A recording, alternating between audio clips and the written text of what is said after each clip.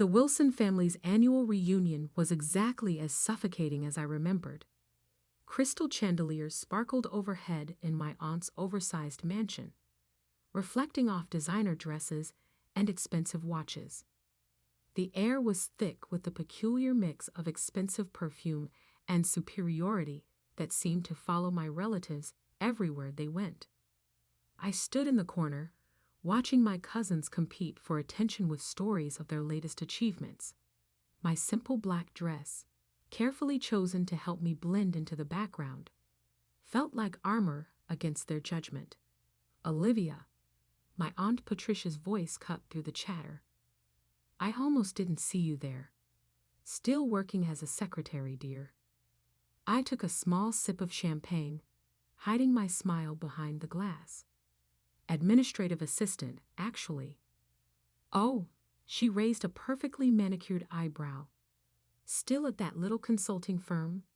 What was it called again?" "Summit Solutions," I replied quietly.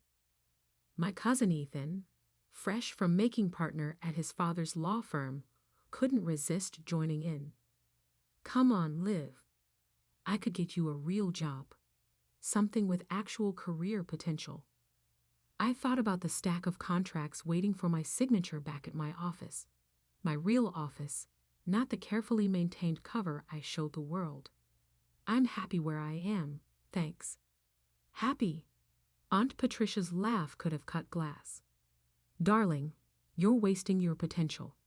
Your cousins are all executives, partners, real business people, and you're still pushing paper for someone else.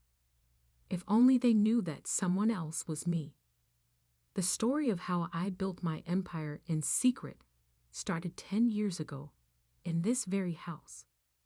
I was fresh out of business school, armed with an MBA and a revolutionary idea for restructuring failing companies. I'd spent months perfecting my pitch, convinced that my family's vast business connections would help launch my career. Instead, they laughed. "Consulting?" Uncle Robert had scoffed. "Leave that to the big firms, girl. Join the family business. Start in the mailroom. Work your way up like everyone else." Everyone else meant my male cousins, of course. The Wilson family's idea of success was strictly defined and strictly controlled. They'd built their fortune through a network of companies, each headed by a carefully chosen male heir. Women were expected to marry well or take subordinate positions, nothing more. That night, I made 2 decisions that would change everything. First, I would build my own company without their help or knowledge. Second, I would make them regret every dismissive word. Summit Solutions began in a tiny office above a Chinese restaurant. My savings covered the rent, barely. But I had something more valuable than money. I understood how companies worked, how they failed, and most importantly, how to fix them.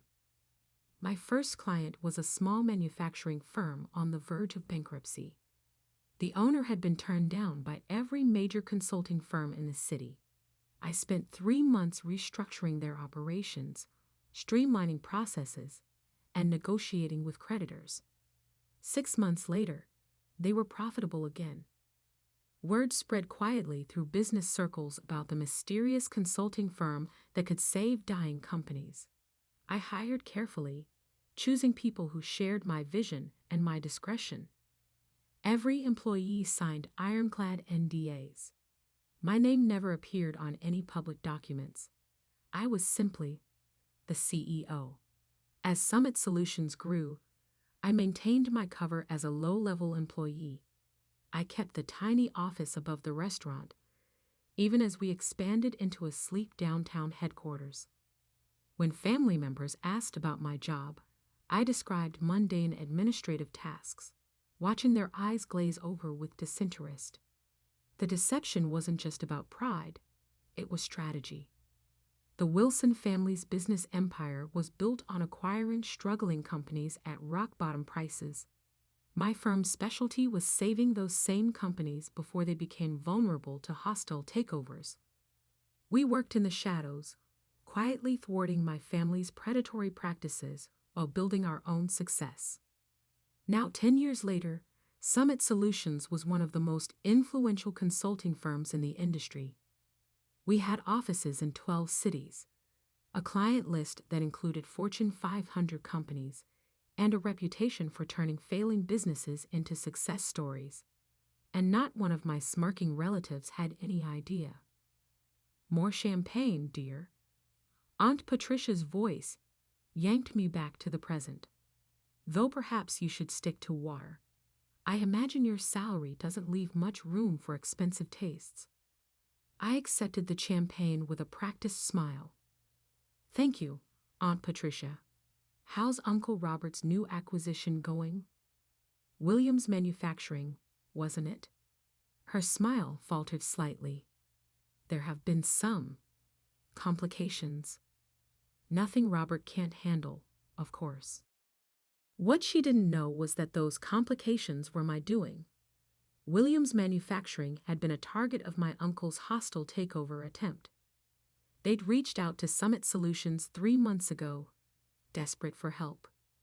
Now they were implementing our restructuring plan, their stock price was rising, and Uncle Robert's attempt to seize control was falling apart. I heard they hired some consulting firm, my cousin Ethan added. Probably throwing good money after bad. Those consultants are all the same. Big promises, no results. I hid another smile. Summit Solutions' fee for saving Williams Manufacturing was more than Ethan would make in 5 years at his father's firm. Oh, which firm? Summit something, he waved dismissively. Nobody important. Dad says their CEO won't even show their face. Probably some trust fund kid playing at business. My phone buzzed in my clutch. A message from my actual assistant. Emergency meeting tomorrow, 9 a.m. Wilson Ventures representatives requesting merger discussion Williams Manufacturing. Urgent response needed. I scanned the message twice, realization dawning. They were finally admitting defeat with Williams Manufacturing. After failing to acquire the company, they were now seeking a merger, which would require approval from Williams' consulting firm. My firm.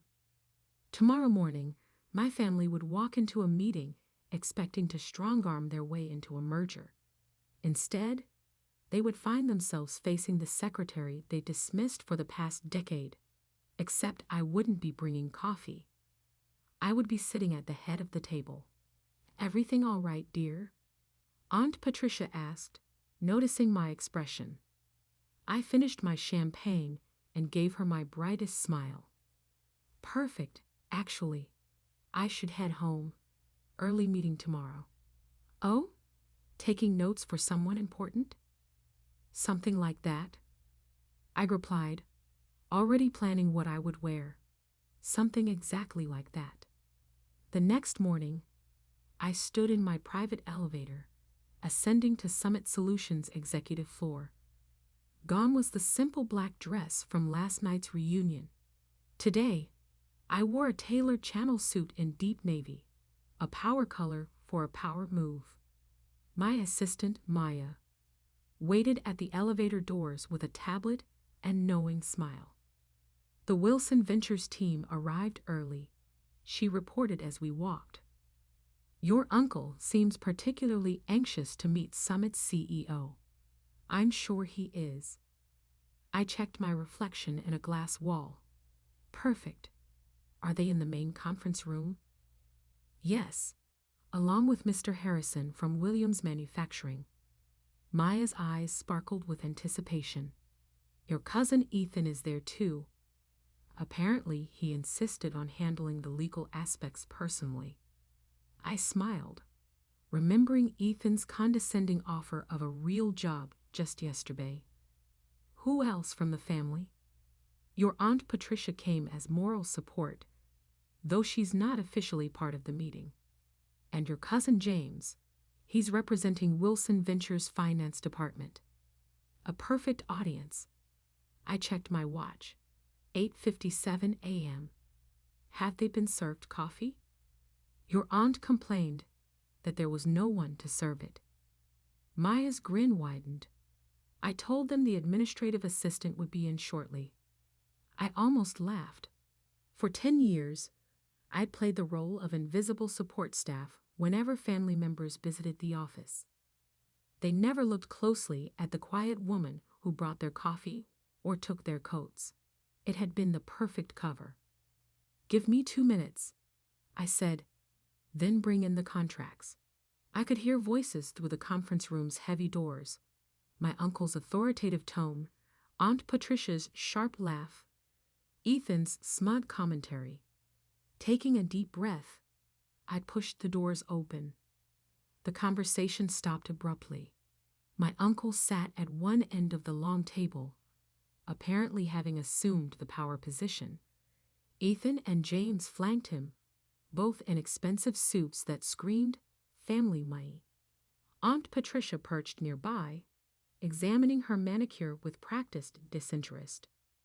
Mr. Harrison from Williams Manufacturing sat alone on the other side, looking uncomfortable. Finally, Aunt Patricia sighed. "We've been waiting for coffee for." She stopped, really looking at me for the first time. "Olivia? What are you wearing? And why aren't you carrying coffee?" I walked calmly to the head of the table, the seat directly opposite Uncle Robert. "I don't serve coffee anymore, Aunt Patricia. In fact, I never really did." "What is this?" Uncle Robert demanded. "Where is Summit's CEO? We were promised a meeting with the actual decision-maker." "You have been." I sat down, enjoying the confusion on their faces. "I am the CEO of Summit Solutions. I have been since I founded the company 10 years ago." The silence that followed was deafening. Ethan's mouth opened and closed like a fish out of water. James dropped his pen. Aunt Patricia's perfectly maintained composure cracked. Uncle Robert recovered first, his face reddening. "This is absurd. You're a secretary." "No," I said calmly. "That was a cover. A very effective one, apparently, since none of you ever looked past it.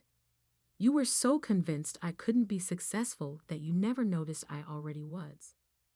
Maya chose that moment to enter with a stack of contracts. She distributed them efficiently, then took her place standing behind my chair. "These documents," I continued, "outline the terms under which Summit Solutions will consider approving the merger between Wilson Ventures and Williams Manufacturing." "Consider approving?" Ethan sputtered. "You can't be serious. This is a joke, right? Some kind of elaborate prank?" I pulled out my phone and projected Summit's latest financial statements onto the wall screen. Summit Solutions currently manages over $12 billion in client assets. We have a 94% success rate in corporate restructuring, and our approval is required for any major changes to Williams Manufacturing's business structure. I smiled at my stunned relatives.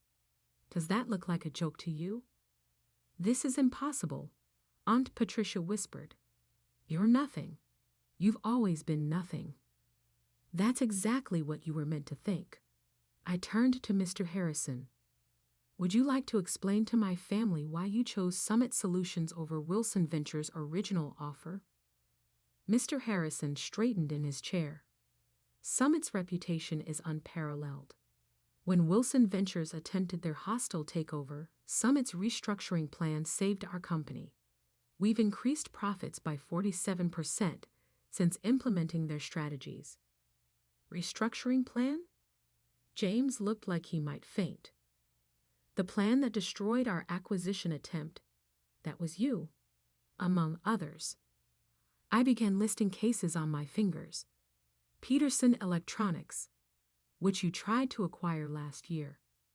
Maritime Shipping, which you underbid on last quarter.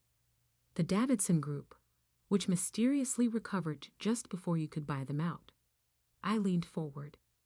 For 10 years, I've been quietly undermining every predatory acquisition attempt your company has made. Uncle Robert's face had turned an alarming shade of purple. You deliberately sabotaged family business. No, I corrected. I built my own business, one that helps companies survive instead of devouring them for parts. The fact that it interfered with your plans was just karmic bonus. This is ridiculous, Ethan declared, standing up. I'm calling our lawyers. Sit down, Ethan. My voice carried an authority that made him freeze. You really should read those contracts in front of you, the ones your firm spent months trying to secure for this meeting. I watched realization dawn on his face. That's right. Your law firm's biggest client this year. That was me too. Maya stepped forward with another document. This is a summary of Summit's current market position and liquid assets. You'll note that we're now in a position to acquire controlling interest in Wilson Ventures if we choose. The room erupted in chaos. Aunt Patricia was practically hyperventilating. James was frantically checking the numbers on his phone. Ethan had collapsed back into his chair, looking shell-shocked. This is blackmail, Uncle Robert growled. No, I said quietly. This is business. The kind you taught me, I'd never be capable of handling. I stood up, smoothing my jacket. You have until 5 p.m. today to review the merger terms. They're very generous, considering our position. If you decline, Summit Solutions will begin purchasing Wilson Ventures stock on the open market tomorrow morning. I headed for the door, then paused. Oh, and Aunt Patricia, that champagne you so graciously offered me last night. I own the vineyard that produces it. Bought it last year. The coffee you were so desperate for this morning. That chain too. I smiled sweetly. Turns out my salary does leave room for expensive tastes after all. The door closed behind me on their stunned faces. In my private office, I finally allowed myself a moment to process what had just happened. 10 years of careful deception, of playing the invisible underachiever, had led to this moment. Maya appeared with a real cup of coffee, my favorite blend from my own coffee chain.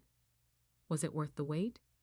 I thought about all the times I'd served coffee in this very office, watching my family dismiss me, underestimate me, write me off as nothing more than a secretary. Every single second. My phone buzzed. Messages already pouring in from family members who must have heard about the meeting. I silenced it without looking. They'd have plenty of time to process their new reality. Right now, I had an empire to run. And for the first time in 10 years, I could finally do it without hiding who I really was. The next 48 hours were exactly what you'd expect when a family built on power and appearances suddenly discovers they're not at the top of the food chain anymore. The messages started pouring in almost immediately after the meeting. Aunt Patricia, darling, let's discuss this over lunch. You always were my favorite niece. Ethan, come on, Liv. We were just joking around. Families should stick together. James, you can't do this to us. We're blood. I ignored them all, focusing instead on the rapid-fire emails from Wilson Ventures board members. They weren't stupid. They could see which way the wind was blowing. By noon, they had scheduled an emergency board meeting. By 3, they had voted to accept Summit's merger terms. Uncle Robert, predictably, didn't go quietly. You've betrayed this family.